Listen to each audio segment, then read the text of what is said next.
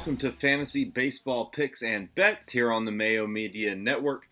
We are presented by PrizePicks.com. Go over to PrizePicks.com, use the code MMNMLB when you sign up.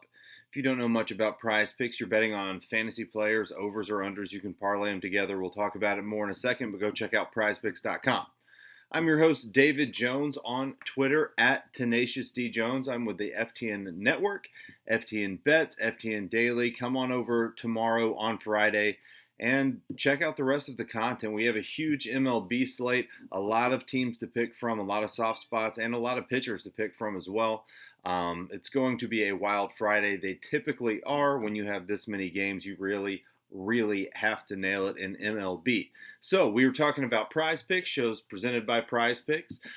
Let's get a couple Prize Picks for Friday night. First off, I'm going to go with Brian Reynolds, over 5.5 fantasy points. I really like this one. I want to load up on this one. He's going up against Vincent Velasquez. Last 5 games, Vince has given up 7 home runs and a lot of fantasy points to opposing teams. The Pirates have been hitting a little bit better lately. Brian Reynolds, one of the best hitters on the team. In his last 235 at-bats, he's got 12 home runs against righties, hitting 370 WOBA, 200 ISO. I think 5.5 is way too low. I think he maybe covers that, let's say by the 5th inning. Brian Reynolds, like it a lot. Next, I'm going to go with Vlad Guerrero Jr., home run guy. I think he's going to get a home run in their first game back in their ballpark in Canada. I think the crowd's going to be electric. We're going to talk about that more in a little bit, but I think Vlad gets one over the fence. I think he goes over 10. That's a huge number. Vlad's always going to have a huge number, but he's got huge upside. I think he goes over 10. I like Brian Reynolds more, but I like Vlad. Put 2 on Brian Reynolds, 1 on Vlad. Let's talk about the DraftKings slate. 15 games, I think it is. Again, we're not going to break down the entire slate today. I do that on FTN Daily, but I will tell you about a pitcher that I like and a team stack that I like and some one-off bats that I like. So if you're looking at DraftKings highest priced players, you've got Lance Lynn up top. You've got Corbin Burnes going to Atlanta. I think it's supposed to be 103 degrees in Atlanta tomorrow. That scares me. I live in Atlanta. It scares me for Burnes and for myself. Bassett against LA, kind of like that. Gallen, Gosman, Gray, Valdez. Going on down the line, I'm going to go down to the 15th highest priced pitcher. I think he's way too cheap, and that's Jose Barrios going up against the St. Louis Cardinals.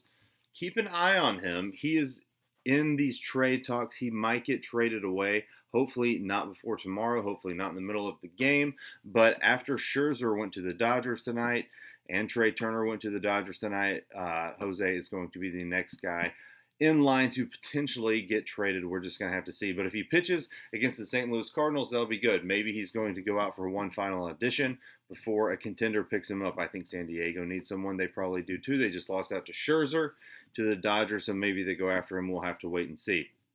Going up against the St. Louis Cardinals. So, Jose has a 3.48 ERA on the season, 25.7 K percentage, which is pretty good. If it was around 30, it'd be elite. 25.7 is good. He's had an up and down season, and overall, nice K percentage. That's in 121.2 innings. Walk rate, pretty good. 6.5% walk rate, not a lot of walks. XFIP, 3.57, fine. 1.32 home runs per 9, but that's come down lately. At the beginning of the season, he struggled with that a little bit more.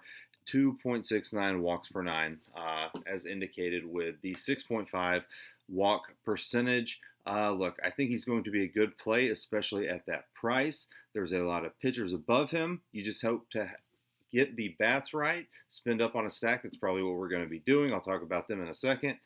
And get the other pitcher correct. But look, you're looking for best value. I think Jose Barrios is going to be a good value against the Cardinals. The Cardinals' 5th most strikeouts over the last 3 games, 9.67 times per game. The other 4 teams ahead of them all have 10 times per game. Not a high walk rate team, so good for them, 2.96 times per game, but they can strike out. And they haven't hit Jose very well at all the last time they've seen him. The current roster in their last 37 at-bats struck out 15 times. That's a lot of times in their last 37 at-bats. Now, that's the current roster. It's not every player on the team, but most of them are going to be playing. So I'm going to use that stat and feel fine about it. He allowed no homers in those last 37 at-bats against them. The only player on the roster hitting over 300 against him in those last 37 at-bats with no homers is Tyler O'Neill. So you would typically look at this, well, before the season started, you look at the Cardinals lineup and say that could be scary with Goldie, O'Neill, Arenado.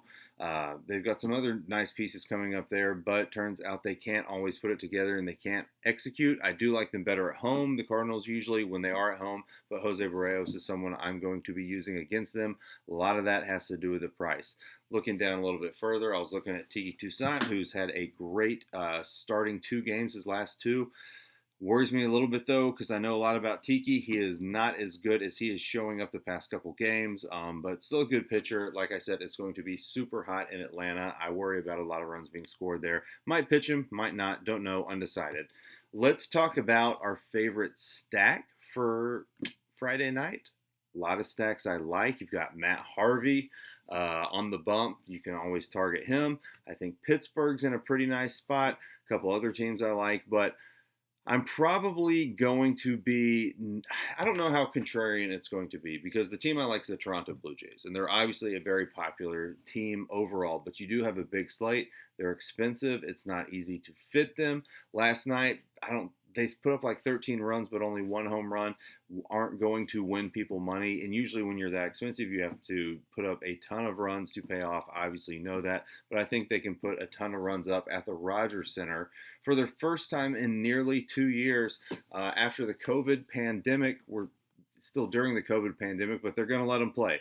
Finally going to let them play. I think the stadium's going to be electric. I think they are going to be ready to go out there and put some runs up on the scoreboard. I think the Blue Jays show up big time in the home opener, first home opener in 2 years. It has a lot to do with why I'm targeting them, but also because they're going up against Daniel Lynch. So Daniel Lynch, if you just look at what he's done in the MLB, it's been okay, maybe not. If you look at his last start, it was really good. He went 8 innings up against Detroit, no earned runs, very impressive. Got a lot of pitches in there, but before and had a, I don't know what the score was. I think he got like mid-20, something like that. It was a good game for him. He was super cheap.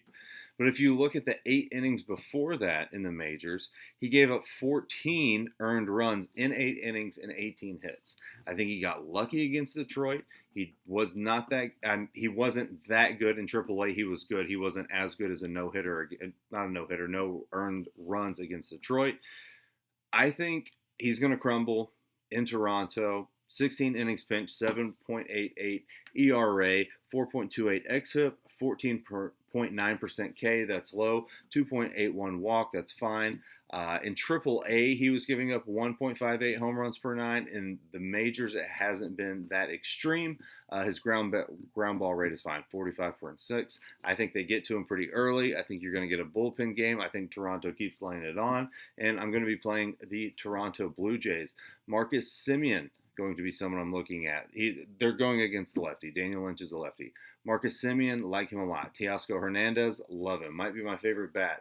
Randall Grichuk hits lefties very well. Vlad is Vlad. Lourdes Gurriel and Bo Bichette. That's going to round out my top hitters for Toronto.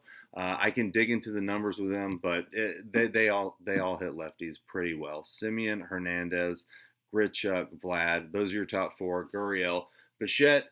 Those are the other 2 you want to fit in there. I'm probably going to make it a point to get Vlad and Hernandez. Grichuk's going to be cheap enough to fit in there. If I can get Semien, I want them. But any combo of those 5 really should be fine. Gurriel and Bichette, maybe pick one because I'm least confident in them, but I still think they're going to put runs on the board. So I'll spend up on Toronto since I'm using the cheaper pitcher, and then I'll find myself an SP2 and some bats to fit around Toronto. After that, let's talk about some one-off hitters that we like. So there is actually some pretty good value. I saw some value over there on the Pirates I mentioned earlier with my prize pick of Brian Reynolds, my prize pick of Brian Reynolds. I also think Gregory Polanco, 2,300 going up against Velasquez. Mentioned earlier, has given up 7 homers his last 5 starts, is going to be good. Polanco, last 178 at bats, hitting 320 WOBA, 230 ISO with 10 homers. Way too cheap at 2,300, should be hitting cleanup. Probably my favorite value on the day. Eric Haas going up against Matt Harvey. It's going to be popular to target Harvey. It always is, even though he's had 2 good games his past 2 starts. Before that, it's been a train wreck. 6.65 ERA on the season. Haas just looks phenomenal. 8 homers his last 114 at bats against righties, hitting 310, but he hits lefties even better than that. This guy's a beast. I love him, and he was the highest priced catcher on Thursday night slate. I haven't looked. I assume he's going to be very highly priced. Let's see. Second highest priced catcher on DraftKings, 5,000, but I think he does some damage, so I like him. Brendan Rodgers going up against Ryan Weathers of the Padres. He's a lefty. Brendan Rodgers is on the Rockies, should be hitting second. Hits lefties very well. Played him 2 nights ago. Paid off. In his last 40 at bats, hitting 460 off lefties with 5 homers his last 40 at bats. Going to be too cheap. No one's going to be on him. I like him against Ryan Weathers. Even though it's a pitcher's ballpark, I think he can pay off that price tag. Super cheap. Lastly, I like Mitch Garver going up against Wade LeBlanc. Wade LeBlanc, also a lefty. I always seem to target lefties on this show. Homer-prone kind of guy, pretty much. I mean, if you don't know much about Wade LeBlanc, he can give it up. He's been giving it up some lately. In Mitch Garver's last 64 at-bats, 6 homers, hitting 320, 330 ISO. He's been hot this week. Let's keep chasing that. So those are the bats I'm going with. I wanted to pick some bets to give out on the show, but I think Vegas is holding up the bets because all the trades that are going down right now, it's crazy. Washington absolutely selling the farm. Schwarber going to the Red Sox. Trey Turner and Max Scherzer going to the Dodgers. It's wild. I think they're holding off on the lines. Don't have any lines for you. But come check out the content and the bets tomorrow over at FTN Daily and FTNBets.com. I appreciate you watching the show, and good luck on Friday.